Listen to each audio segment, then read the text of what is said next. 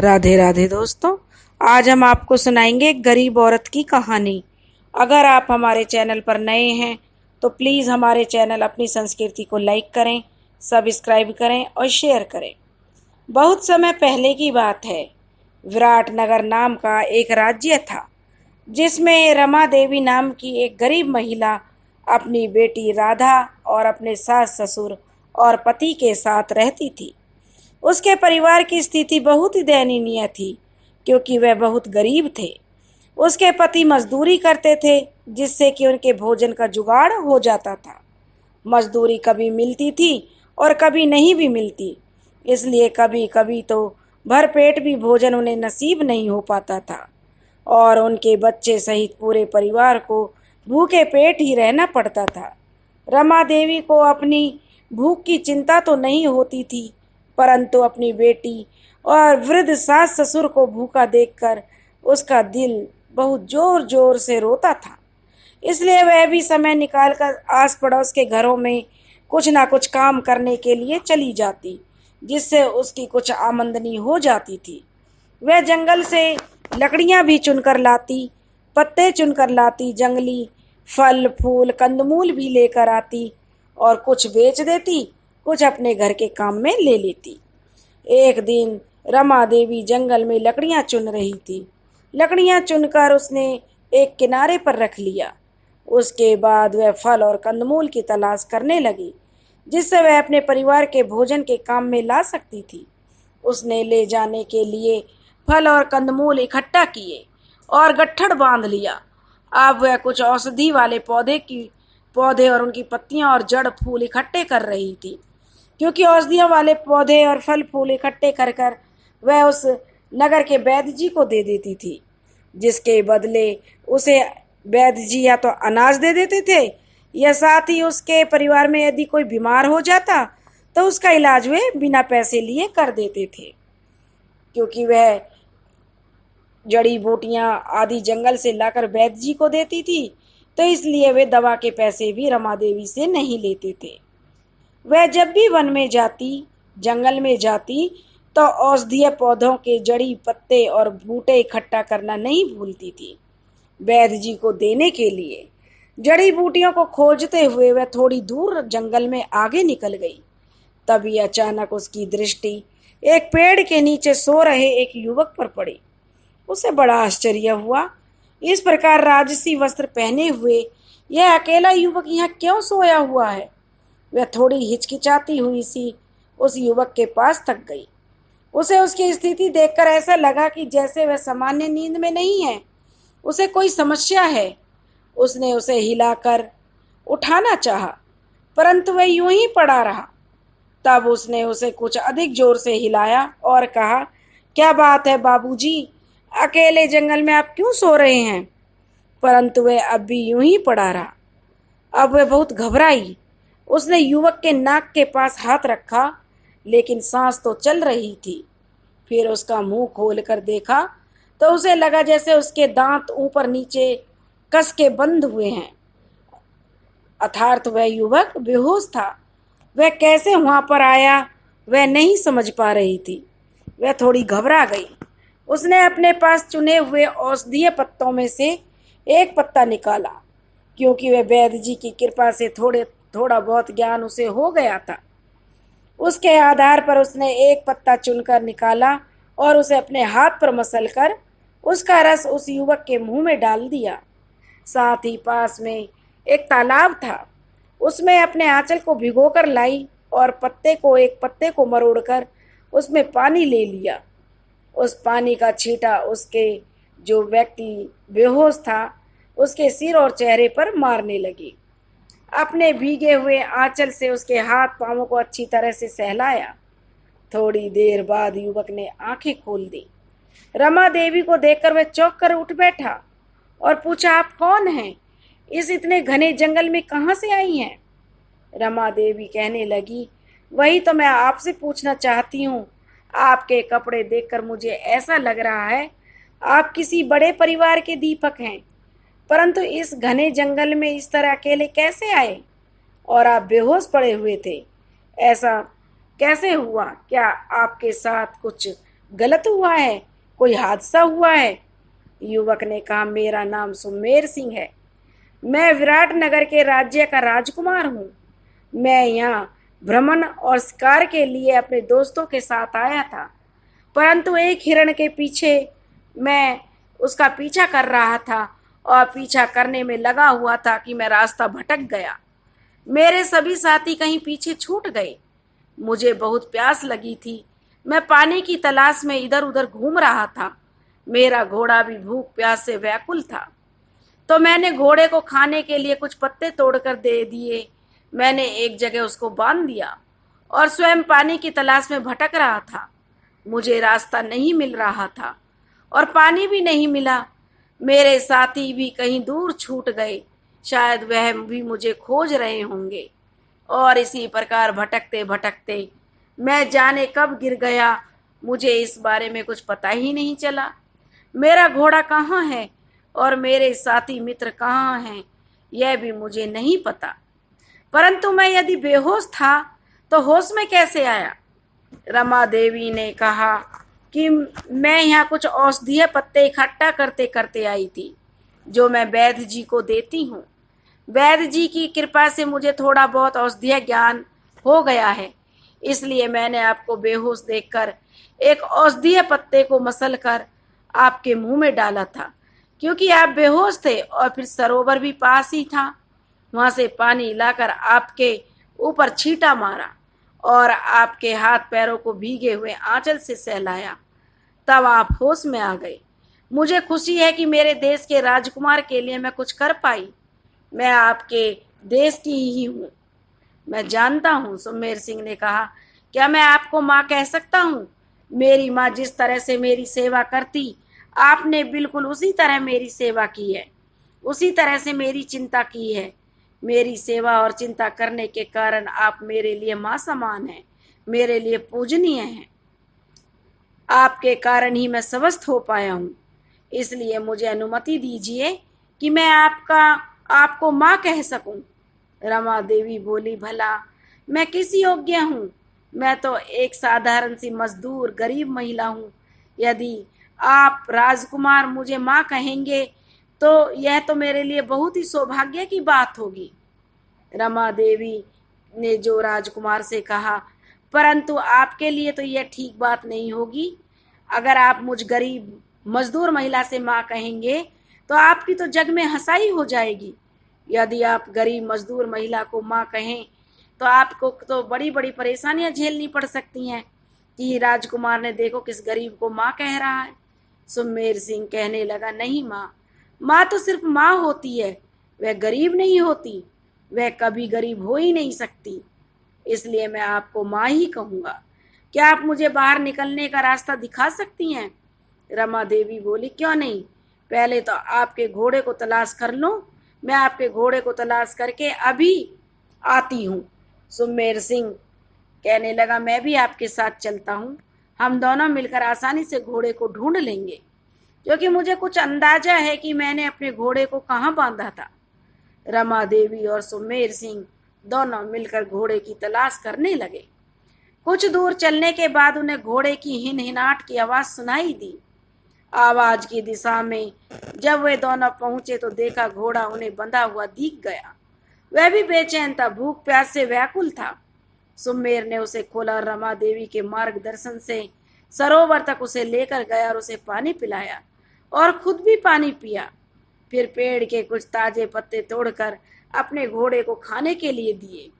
इसके बाद वे जंगल से बाहर निकलने के लिए चल पड़े। सुमेर कहने लगा, माँ आप आइए, आप इस घोड़े पर बैठ जाइए, आप रास्ता दिखाइए, बस हम लोग जंगल के बाहर निकल चलेंगे। रमा देवी कहने लगी, राजकुमार, मैं यहाँ औषधीय पौधों के अतिरिक्त लकड़ियाँ और कंदमूल भी इकट्ठा करती हूँ, जो थोड़ा आगे पेड़ के पास रखे हुए हैं। मुझे वह भी लेकर जाना है। तो आप घोड़े पर बैठे, मैं वह सारी सामग्री लेकर आपके आगे आगे चलती हूँ। आप मेरे पीछे पीछे आ जाइए, हम शीघ्र ही इस जंगल से बाहर निकल जाएंगे। सुमेर सिंह उसके पीछे पीछे चलने लगा, क्योंकि सुमेर सिंह घोड़े पर बैठा था। जहाँ लकड़ियाँ और कंदमूल फल इकट्ठा करके रमा देवी ने रखे थे, वहाँ पहुँचने के बाद उसने कहा, उस गट्ठड़ को अपने सिर पर रखा। तो राजकुमार ने कहा, माँ, इतनी सामग्री लेकर आप पैदल कैसे जा सकेंगी? ऐसा करते हैं, सारी सामग्री हम घोड़े पर रख लेते हैं और हम दोनों पैदल चलते हैं। रमा देवी के बहुत समझाने पर भी सुमेर सिंह नहीं माना और वह घोड़े से उतरकर सारी लकड़ियां, फल, कंदमूल की गठड़ी को घोड़े पर रख दिया और स्वयं घोड़े की रास पकड़े रमा देवी के साथ साथ चलने लगा। रमा देवी, सुमेर सिंह दोनों साथ साथ चलते चलते जंगल से बाहर निकल आए और बाहर निकलकर नगर की सीमा में प्रवेश कर गए और वहां भी वे पैदल चलते हुए आगे बढ़ते रहे। रमा देवी राजकुमार से कहने लगी कि आप नगर की सीमा में प्रवेश कर चुके हैं राजकुमार, यहाँ से आपको राजमहल का रास्ता पता होगा ही, अब आपको जाने में कोई परेशानी नहीं होगी। सुमेर सिंह ने कहा, हाँ माँ, मुझे जाने में कोई परेशानी नहीं होगी, लेकिन मैं आपको आपके घर तक छोड़ने के बाद ही जाऊंगा। रमा देवी ने कहा, राजकुमार, मैं तो अपने घर जा सकती हूँ। सुमेर सिंह नहीं माना कि इतना अधिक सामान है, इसे आप कैसे ले जा सकती हैं, इसलिए मैं बिना आपको आपके घर छोड़े नहीं जाऊंगा। राजकुमार की जिद के आगे रमा देवी मान गई और राजकुमार उसके साथ साथ चलते चलते उसके घर तक पहुंच गया। आसपास के लोग सारे, उस राही और नगर के लोग जो थे, बड़े आश्चर्यचकित थे कि राजसी वस्त्र पहने हुए कुमार सा, जो कि राजकुमार है, वह रमा देवी जैसी महिला के साथ पैदल क्यों चल रहा जा रहा है। ऐसा क्यों है कि वह उस रमा देवी के साथ है, परंतु किसी को भी कुछ पूछने की हिम्मत नहीं हुई। अपने घर पहुंचकर रमा देवी ने राजकुमार को बैठने के लिए आसन दिया। राजकुमार कहने लगा, माँ, आप घर पहुंच गई हैं, अब हमें जाने की आज्ञा दें। रमा देवी कहने लगी, ऐसे कैसे हो सकता है राजकुमार, आप मेरे घर तक आए और बिना आतिथ्य स्वीकार किए हुए आपको कैसे जाने दूं? आपका आतिथ्य सत्कार करना तो मेरा धर्म है, भला मैं ऐसे कैसे कर सकती हूँ कि आपको बिना आतिथ्य सत्कार के भेज दूं? आप राजकुमार हैं, परंतु मेरे अतिथि हैं। आज के लिए आप हमारे अतिथि हैं और अतिथि को बिना सत्कार के वापस भेजना हमारी परंपरा के विरुद्ध है। वैसे भी आपने मुझे माँ कहा है, तो मुझे पता है कि आप जाने कितनी देर से कुछ भी नहीं खाया है, भूखे हैं। आपने वन में भी सिर्फ सरोवर का जल ग्रहण किया था, खाया कुछ नहीं था, तो मैं बिना खाए पिलाए आपको कैसे जाने दे सकती हूँ। इस बार राजकुमार रमा देवी की जिद और उसके प्यार के आगे नतमस्तक हो गया। रमा देवी की बेटी ने पानी देकर उन्हें के हाथ मुंह धुलवाए और फिर बैठाकर वन से लाए गए फल राजकुमार को भोग लगाने के लिए दे दिए। राजकुमार से कहा कि राजकुमार, जब तक आप इसे ग्रहण करें तब तक मैं भोजन तैयार करती हूँ। राजकुमार रमा देवी की बेटी राधिका को देखकर मन ही मन उसे पसंद करने लगा। राधिका भी राजकुमार की सुंदरता पर मोहित हो गई। राजकुमार भूखे भी थे और राजकुमार ने फल खाना आरंभ कर दिया। रमा देवी और उनकी लड़की झटपट भोजन तैयार करने में लग गई। अपने घर में राजकुमार को देखकर उसके सास ससुर और पति सभी आश्चर्यचकित थे कि इस गरीब की झोपड़ी में आज राजकुमार पधारे हैं। भोजन करने के उपरांत रमा देवी का पति राजकुमार के साथ उन्हें राजमहल तक छोड़ने के लिए गया। राजकुमार ने कहा कि मैं स्वयं भी जा सकता हूँ, परंतु रमा देवी के परिवार ने राजकुमार सुमेर सिंह को अकेला भेजना उचित नहीं समझा, क्योंकि दोपहर ढल चुकी थी। राजधानी में उनके साथ कोई भी अंगरक्षक भी नहीं था, तो रमा देवी के पति उनके अंगरक्षक और पथ प्रदर्शक बनकर जाने के लिए तैयार थे। रमा देवी ने अपने पति से राजकुमार सुमेर सिंह के साथ राजमहल में छोड़कर आने के लिए क्या कहा। राजमहल पहुंचते पहुंचते रात हो चुकी थी, परंतु रोशनी से जगमग राजधानी में उन्हें राजमहल में जाने में कोई परेशानी नहीं हुई थी। जब वे राजमहल में पहुंचे तो दासियों ने, क्योंकि उदासियों से राजमहल डूबा हुआ था, दासियां चुपचाप थीं, क्योंकि 2 दिन हो गए थे राजकुमार को खोए हुए। अब तक राजकुमार सुमेर सिंह को देखते ही सभी राजकर्मचारी आश्चर्यचकित और भाव विह्वल हो उठे। राजकुमार की ओर दौड़ पड़े कि राजकुमार आ गए, राजकुमार आ गए। कहने लगे, कुमार आप कहाँ थे? हम सभी इतने परेशान थे कि पूरे नगर में और उस जंगल के आसपास आपको सब जगह खोजा, लेकिन आपका कोई पता नहीं मिला। तब राजकुमार ने रमा देवी के पति को लेकर राजमहल के अंदर प्रवेश किया और राजमाता के साथ साथ राजा और रानी सभी राजकुमार के आने की खबर सुनकर दौड़ पड़े। रानी और राजमाता ने आगे बढ़कर उसे गले लगा लिया। राजकुमार आप कहाँ गए थे? हम सब कितने परेशान थे आपके लिए, और यह कौन है आपके साथ? राजकुमार बोले, पहले आराम से बैठें तो फिर मैं सब कुछ बताऊंगा आपको। सबको लेकर राजकुमार अपने कक्ष में चले गए और सम्मान सहित उन्होंने रमा देवी के पति को अपने माता पिता और दादी माँ के साथ बैठाया।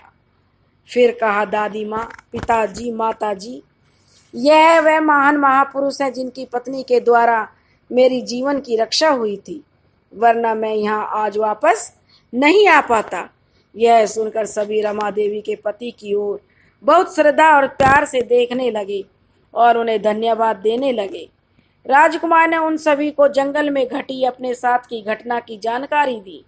साथ ही उन्होंने वे सारी बातें सुनाई जो रमा देवी और उनके बीच हुई थी। राजा और रानी राजमाता यह सब सुनकर बहुत अधिक प्रसन्न हुए और उन्होंने रमा देवी को राज्य की ओर से पुरस्कृत करने की घोषणा कर दी। उसके पति को राज के सम्मान के साथ अतिथिशाला में ठहराया गया।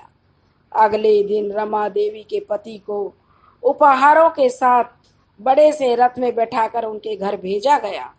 जिस रथ में उनके पति को घर भेजा गया था, उसी रथ में रमा देवी को साथ लेकर आने के लिए भी कहा गया, जिससे कि रमा देवी को भी पुरस्कृत किया जा सके। रमा देवी के पति अब राजकीय रथ पर सवार होकर उपहारों से लदे हुए अपने घर के पास पहुंचे तो उनकी रथ के पीछे पीछे आते हुए पूरे शहर उनके घर के पास इकट्ठा हो गया और सभी उनसे पूछने लगे कि उस रथ पर आने का क्या कारण है, क्योंकि रथ दिखने में बड़ा सुंदर और शानदार था। इसलिए सभी आश्चर्यचकित थे। इतने शानदार और बड़े रथ में यह गरीब मजदूर व्यक्ति कैसे, और इसके साथ इतना सारा कीमती सामान भी है। रमा देवी के पति सभी को राजा के द्वारा मिले हुए सम्मान और उपहार की जानकारी देने लगे।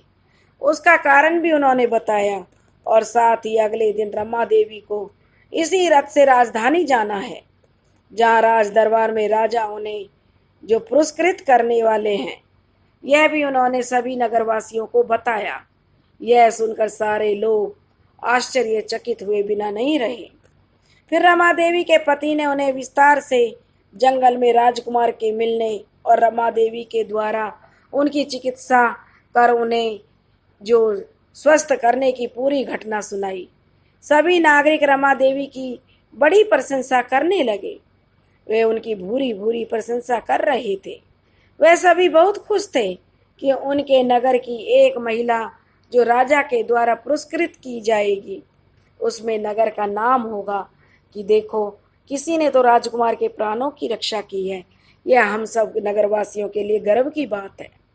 रथ के साथ सारथी को भी सम्मान सहित रमा देवी ने अपने घर में स्थान दिया और सारथी को रमा देवी के पूरे परिवार ने ईश्वर के समान प्रेम और श्रद्धा से अपना आतिथ्य प्रदान किया। उस परिवार की सज्जनता से सारथी भी प्रसन्न था। अगले दिन तैयार होकर रमा देवी अपने पति के साथ उसी रथ से राजधानी के लिए प्रस्थान करती हैं और इतनी दूर की यात्रा कभी उन्होंने की नहीं थी और वह इतने आलीशान रथ में भी कभी बैठी नहीं थी। रथ में बैठकर वह बहुत प्रसन्न थी। पूरे रास्ते का अवलोकन करते हुए प्रसन्नता पूर्वक सफर कर रही थी। सफर समाप्त हुआ, वे राज दरबार में पहुंची। राज दरबार में पहुंचने के बाद राजा ने स्वयं उठकर अपने सिंहासन से उठकर रानी जो रमा देवी थी, राजा रानी ने उनका बहुत स्वागत किया, उन्हें उचित स्थान प्रदान किया।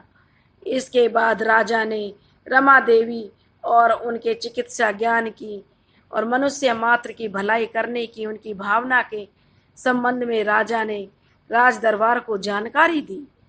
फिर यह भी बताया कि यदि रमा देवी उस समय राजकुमार की चिकित्सा नहीं करती और उन्हें यूं ही बेहोश छोड़कर चली जाती तो आज राजकुमार जीवित नहीं आते। यह रमा देवी की समाज सेवा का ही फल है जो आज राजकुमार हमारे बीच में है, क्योंकि उन्होंने तो यह भी मालूम नहीं था कि वह जंगल में पड़ा हुआ है, वह युवक राजकुमार है। वह तो बेचारी पूरे दरबार में रमा देवी के स्वागत के लिए सभी उसके सम्मान प्रकट करने लगे, क्योंकि रमा देवी को तो यह भी मालूम नहीं था कि वह राजकुमार है। राजा ने रमा देवी को पुरस्कृत करते हुए उनसे पूछा, रमा देवी, हम चाहते हैं कि आप अपनी इच्छा से हमसे कुछ मांग ले। आप जो भी मांगे हम उसे देने में अपना सौभाग्य समझेंगे। रमा देवी महाराज से कहने लगी, आपने हमें पुरस्कृत करके हम पर जो उपकार किया है हम उसे कभी नहीं चुका पाएंगे। हम तो अपनों आपको इस योग्य भी नहीं मानते, और बची कुछ मांगने की बात तो हम आपसे क्या मांगे। हमने तो कुछ भी जो जो किया है, राजकुमार की जान बचाई है, वह अपना कर्तव्य समझकर किया। राजकुमार के स्थान पर यदि कोई और भी होता तो हम उतनी ही सेवा उनकी करते। हम गरीबों के पास होता ही क्या है महाराज। महाराज ने कहा कि महाराज उसकी बात सुनकर बड़े खुश हुए। उसने कहा, लेकिन फिर भी हम चाहते हैं आप हमसे कुछ मांगे, इसलिए हम आपसे हमसे कुछ अवश्य मांगिए। रमा देवी, आपकी इच्छा पूरी करके हमें बहुत खुशी प्राप्त होगी। हमारी खुशी के लिए आप हमसे कुछ मांग ले। रमा देवी कहने लगी, महाराज आप इतना आग्रह कर रहे हैं तो मैं आपसे एक वस्तु मांगना चाहती हूँ, क्या आप दे सकेंगे? पहले वचन दें कि जो मैं कुछ मांगू आप देंगे। राजा कहने लगे, आप मांगो तो सही, यदि हमारे वश में हुआ तो हम अवश्य देंगे आपको। रमा देवी कहने लगी, महाराज दिवाली आने वाली है, मैं चाहती हूँ इस दीपावली के 3 दिन पूरे राज्य में किसी के घर भी एक दीपक नहीं जले, ना ही आपके राजमहल में। मैं सिर्फ अपने घर में दीपक जलाना चाहती हूँ, यदि आप दे सके तो मुझे यह वचन दे। राजा कहने लगे, आप ये क्या मांग रही हैं? दिवाली में अंधकार को दूर करने के लिए, कण कण में प्रकाश भरने के लिए सभी दीपक जलाते हैं, और आप दीपक जलाने से मना कर रही हैं। रमा देवी कहने लगी, सोच लीजिए महाराज, आपने वचन दिया है कुछ मांगने का, तो यही कि आप कुछ मांग लो। तो मैं मांगना चाहती हूँ, तो मैं यही मांगना चाहती हूँ। अगर आप दे सकते हैं तो दे दीजिए, नहीं तो आपका वचन झूठा है। मुझे यह वचन दीजिए कि दिवाली के 3 दिन, धनतेरस, रूप चतुर्दशी और दीपावली को सिर्फ मेरे घर में दीपक जलेगा, पूरे राज्य में और कहीं भी नहीं जलेगा। यदि नहीं दे सकते तो कोई बात नहीं, मैं मान लूंगी आपने मेरी इच्छा पूरी नहीं की। रमा देवी की अनोखी इच्छा सुनकर उनके पति भी आश्चर्यचकित थे। उनकी समझ में नहीं आ रहा था कि आखिर यह क्या मांग रही है और क्यों, जबकि राजा से यदि वह चाहती तो अतुल धन संपदा मांग सकती थी, परंतु वह सब छोड़कर ये कैसी मांग रख रही है। परंतु वह खामोश ही रही, क्योंकि यह समारोह उनके लिए नहीं था, उनकी पत्नी रमा देवी के लिए था। उनके यहाँ सम्मानित उपस्थिति सिर्फ और सिर्फ रमा देवी के पति होने के नाते थी, इसलिए वह पूरी तरह से चुपचाप खड़े थे। राजा कहने लगे कि आपकी यही इच्छा है तो हम आपको वचन देते हैं कि इस दीपावली पूरे राज्य में आपके घर के अतिरिक्त कहीं भी कोई दिया नहीं जलेगा। हमारे राजमहल में भी नहीं, किसी भी घर नगर में किसी के भी घर नहीं जलेगा, किसी कर्मचारी के घर भी नहीं जलेगा। हम ऐलान कर देंगे कि दीपावली के 3 दिन पहले कोई भी अपने घर में कोई दीपक नहीं जलाए, सिर्फ रमा देवी के घर में दीपक जलेगा। वह चाहे उतने दीपक जला सकती है, शेष संपूर्ण राज्य अंधकार में रहेगा। यह कहते हुए राजा ने सभा में घोषणा कर दी। यह घोषणा करते हुए उन्होंने अपने मंत्रियों को इसकी मुनादी पूरे राज्य में करवा देने का आदेश दिया। राजा की आज्ञा का पालन हुआ। रमा देवी राजा से यह वचन पाकर बहुत खुश हुई। अपने अन्य पुरस्कार और उपहारों के साथ राज के रथ में सवार होकर वापस अपने घर अपने पति के सहित आ गई। रमा देवी और उसका परिवार मिलकर दीपावली की तैयारी करने लगे। इस बार वह बहुत खुश थी क्योंकि उन्हें पुरस्कार भी मिले थे और राजा से वचन भी मिला था। वह पूरे राज्य में किसी के घर में दिया नहीं जलाया जाएगा। दिवाली के 3 दिन परंतु रमा देवी के परिवारजन उनकी इस मांग पर बड़े हैरान थे कि उन्होंने ऐसी मांग क्यों की। पूरे राज्य के अंधकार में रहने से कितना बुरा लगेगा, उससे भी दीपावली के दिन, यहाँ तक कि राजमहल में अंधकार रहेगा। उधर राजा ने अपने वचन का पालन किया और पूरे राज्य में मुनादी करवा दी कि सबके घर अंधेरे में रहेंगे। पूरे राज्य के लोग बड़े हैरान थे, आश्चर्यचकित थे कि राजा की इस घोषणा से, कि राजा ने ये कैसी घोषणा कराई है। परंतु राजा की आज्ञा थी, इसलिए सब उसका पालन करना ही था। किसी में इतनी हिम्मत नहीं थी कि वो राजा से पूछ सके। अब इसका पालन किया भी। चर्चे तो बहुत हुए, गली गली नुक्कड़ चौराहे राजा की घोषणा का विरोध भी हुआ, परंतु किसी को विरोध काम नहीं आया और राजा की आज्ञा का पालन करना पड़ा। रमा देवी के परिजनों ने उससे जानने का बहुत प्रयास किया, आखिर उनकी इस मांग के पीछे कारण क्या था। उन्होंने कुछ भी नहीं बताया और प्रतीक्षा करने के लिए कहा कि आप कुछ दिन प्रतीक्षा करें, समय आने पर आपको सब पता चल जाएगा। दीपावली के दिन की प्रतीक्षा रमा के परिवार वाले करने लगे। आज दीपावली का पहला दिन था, अर्थात धनतेरस का दिन था। दिन भर तो राज्य में बहुत रौनक रही, परंतु शाम होते ही सारा रौनक समाप्त हो गई, क्योंकि अंधेरा छाया था पूरे क्षेत्र में। रोशनी किसी को करने का ऐलान नहीं था, एक भी दीपक जलाना नहीं था, क्योंकि राजा की आज्ञा थी। इसलिए सभी दुकानों से लेकर हर घर मकान सब कुछ बंद था। सभी के अंधेरे में कमरे, जो अंधेरे घर थे, घरों में अंधेरा था। रमा देवी के घर के अंदर बाहर सभी तरफ दिए जल रहे थे, जगमग रोशनी चमक रही थी। रमा देवी अपने घर में थी। शाम हुई, फिर थोड़ी देर में रात हो गई। रात भी बढ़ने लगी। अचानक रमा देवी के दरवाजे पर छम छम की आवाज आई और दरवाजा खटखटाया गया। रमा देवी की सासू माँ दरवाजा खोलने के लिए जाने लगी तो उन्होंने हाथ पकड़कर उन्हें रोक दिया और भीतर से पूछा, कौन है। बाहर से आवाज आई, मैं लक्ष्मी हूँ, दरवाजा खोलो, मुझे अंदर आने दो, मैं तुम्हारे घर में आना चाहती हूँ। रमा देवी ने पूछा, बेटी बनकर आई हो या बहू बनकर। बाहर से आवाज आई। रमा देवी से कहा कि मैं बेटी बनकर। फिर रमा देवी ने कहा कि फिर तो वापस चली जाओ, यदि बहू बनकर आओगी तभी प्रवेश मिलेगा। इसके बाद बाहर शांति छा गई। उसके बाद तो रमा देवी के घर में भी खुसर फुसर शुरू हो गई। उनके सास ससुर पति पूछने लगी, आखिर इस बात का मतलब क्या है। अरे लक्ष्मी जिस रूप में भी आए उसका स्वागत करना चाहिए। हम इतने गरीब हैं, अक्सर 2 समय का भरपेट भोजन नहीं मिलता और तुमने लक्ष्मी को बाहर से ही लौटा दिया। परंतु रमा देवी ने उन्हें शांत किया और कहा कि बेटियां तो ससुराल चली जाती हैं, पर बहुएं हमेशा रह जाती हैं, इसलिए मैंने उन्हें बहू के रूप में आने के लिए कहा है। जब तक लक्ष्मी बहू बनकर नहीं आएंगी हम उन्हें प्रवेश नहीं देंगे। रमा देवी के कहने पर अब सभी शांत हो गए और उनके क्रियाकलाप को देखने के लिए तैयार हो गए। परंतु उनकी सासू माँ को अब भी मन ही मन में कुछ शंका थी, इसलिए उन्होंने पूछा, यदि बहू बनकर नहीं आई तो। रमा देवी सोचेंगे तब की तब, अभी तो 2 दिन और बाकी हैं, बस आप शांत रहिए, आप बीच में मत बोलिएगा। दिन भर आप लोगों को जो करना वह करिए, परंतु शाम होने के बाद कोई भी घर से बाहर जाने के लिए दरवाजा नहीं खोले। दरवाजा मैं खोलूंगी तभी खुले दरवाजा। तभी शांत सभी उसकी बात मान ली और सब शांत हो गए। शांत होकर ही रमा देवी के क्रियाकलापों को देखने के लिए तैयार हो गए। अगला भी पूरा दिन रौनक भरा रहा। दिन भर चहल पहल रही, बहुत चहल पहल थी। पूरा नगर बड़ा अच्छा लग रहा था। परंतु संध्या होते ही फिर वही सन्नाटा पसर गया।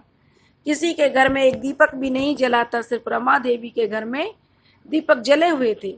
क्योंकि अंधेरा छाने लगा था और धीरे धीरे अंधकार ने पूरे राज्य में भी पसर गया। सभी अपने अपने घरों में बंद हो गए। सभी जनों का रात्रि का भोजन भी संध्या होने से पहले ही हो जाता था, क्योंकि रात के अंधेरे में भोजन कैसे करते। खाना पकाना, खाना खाना भी नहीं हो पाता अंधेरे में। इसलिए सभी ने रात्रि के समय सभी काम सूरज के प्रकाश में रहते हुए पूरे नगरवासियों ने अपने काम कर लिए और अपने अपने घरों में कैद हो गए। एक रमा देवी का घर था जो फिर से रोशनी से नहाया हुआ था। दीपक जगमग जगमग चमक रहे थे और इसी झिलमिलाहट में दृष्टिगत हो रही थी आज फिर पायल की रुनझुन। साथ में दरवाजा खटखटाया गया और इस बार रमा देवी के परिवार के किसी भी व्यक्ति ने कुछ पूछने या दरवाजा खोलने के लिए जाने का प्रयास नहीं किया। रमा देवी बंद दरवाजे के निकट बैठी थी। उसने पूछा, कौन? बाहर से आवाज आई, मैं लक्ष्मी हूँ, दरवाजा खोलो, मैं तुम्हारे घर आना चाहती हूँ। रमा देवी कहने लगी, बहू बनकर आई हो या बेटी बनकर?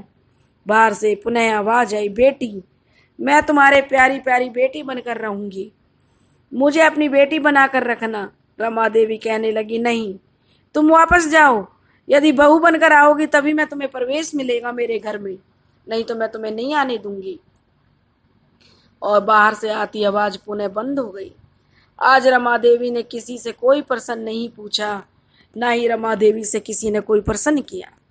अगला दिन दीपावली का था।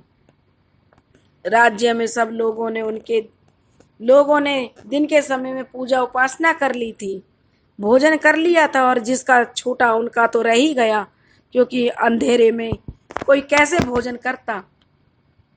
अब संध्या होने के बाद पूरे नगर में अंधेरा छा गया। रमा देवी के घर में बस रोशनी फैली हुई थी। दीपों की रोशनी जगमग जगमग, दीपावली तो वहीं पर थी। लक्ष्मी माता आई, पूरे नगर में घूमी, लेकिन उन्हें कहीं भी रोशनी नहीं मिली। रमा देवी के दरवाजे पर पुनः रुनझुन की आवाज के साथ लक्ष्मी माँ आई। रमा देवी का, क्योंकि वहीं पर उजाला था, वहीं पर दीपक जले हुए थे। रमा देवी का दरवाजा लक्ष्मी जी ने खटखटाया। रमा देवी ने फिर से कहा, वही सवाल पूछा, कौन हो तुम? बाहर से आवाज आई, मैं लक्ष्मी हूँ, दरवाजा खोलो, तुम्हारे घर में आना चाहती हूँ, क्योंकि पूरा शहर अंधेरे में डूबा हुआ है, सिर्फ तुम्हारे घर से रोशनी आ रही है। रमा देवी का प्रश्न फिर आज भी वही था, बहू बनकर आई हो या बेटी बनकर? इस बार बाहर से आवाज आई, ना, आज मैं बहू बनकर आई हूँ, क्योंकि मैं जानती हूँ बेटी बनकर आऊंगी तो तुम दरवाजा नहीं खोलोगी। मैं 3 दिन से देख रही हूँ, पूरा राज अंधेरे में है, सिर्फ इसी घर में रोशनी है। अब मुझे इस घर में आना ही है, तो जिस रूप में तुम मुझे स्वीकार करोगी उसी रूप में मैं आई हूँ, मैं बहू के रूप में आई हूँ। अब रमा देवी ने झट से आगे बढ़कर दरवाजा खोल दिया और द्वार पर खड़ी 16 श्रृंगार युक्त सजी हुई लक्ष्मी के चरणों में सिर नवाकर उन्हें सादर प्रणाम किया और अपने घर में प्रवेश कराया और कहा, माँ, आपका स्वागत है, मुझसे जो भी भूल हुई उसे क्षमा करें। अपनी इस नादान पुत्री को मतलब इसे कोई पूजा पाठ का ज्ञान नहीं है, इसे मूर्ख समझकर माफ कर दें। हम कठिन परिश्रम करते हैं पूरा परिवार मिलकर, फिर भी 2 समय का भोजन का जुगाड़ हम नहीं कर पाते। आप हम पर युगों युगों तक कृपा बनाए रखें और मेरे परिवार के सभी लोगों को सद्बुद्धि भी दें। मैं आपसे प्रेम से रहें, आपस में प्रेम उनमें रहे, किसी जरूरतमंद की खुले दिल से पूरी सहायता करें और दरवाजे पर आए हुए किसी को भी, राही बटोई को कभी भी भोजन आश्रय देने में हिचकिचाहट का अनुभव ना करें। इन सब कार्यों के लिए उन्हें कभी अपने ऊपर घमंड नहीं करना चाहिए। वे सदा आपकी तरह कोमल हृदय बने रहें।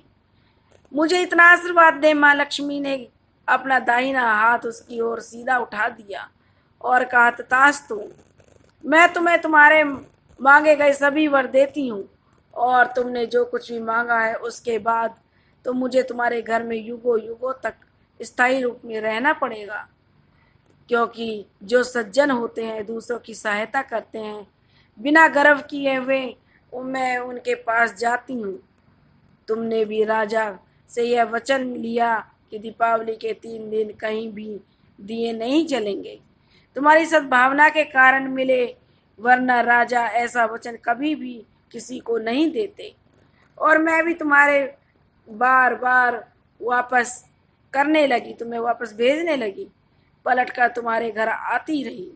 तुम्हारे सद्विचारों के कारण ही मैं तुम बार बार, लक्ष्मी जी कहने लगी, मैं बार बार तुम्हारे घर आ रही हूँ, वरना मैं जिसके दरवाजे से एक बार लौट जाती हूँ वहाँ दोबारा नहीं जाती। मैं प्रसन्न हूँ पुत्री, तुम्हारे कारण तुम्हारा परिवार ही नहीं पूरा राज्य सुखी रहेगा। माँ लक्ष्मी का वरदान पाकर रमा देवी और उनका परिवार सुखी और संपन्न हो गया। उस रमा देवी का पूरा परिवार अब बहुत प्रसन्न था। सबने माता लक्ष्मी की पूजा अर्चना की और अपने पूरे देश राज्य के लिए तथा जनता के लिए मंगल कामनाएं की। और वहाँ राजमहल में राजकुमार ने अपनी इच्छा राजा को बताई कि वह रमा देवी की पुत्री राधिका से विवाह करना चाहता है। तो राजा ने भी हामी भर दी और अगले दिन राजा रमा के घर रिश्ता लेकर चले गए। यह देखकर रमा देवी बहुत खुश हुई कि राजकुमार की जो है उसकी बेटी राधिका से शादी करना चाहता है। अब राजकुमार और राधिका की खूब धूमधाम से शादी हो गई। जो राधिका थी वह भी महारानी बन चुकी थी। अब रमा को भी किसी प्रकार की कोई कमी नहीं थी। खुशी से उनके दिन बीतने लगे। घर में किसी प्रकार की कोई कमी नहीं रही। खुशियों में वे सब अपना जीवन व्यतीत करने लगे। हे लक्ष्मी माता, जैसे आप रमा देवी के घर में विराजी, वैसे ही जो यह कथा कह रहे हैं और जो यह कथा सुन रहे हैं उनके घर में विराजना। बोलो राधे राधे।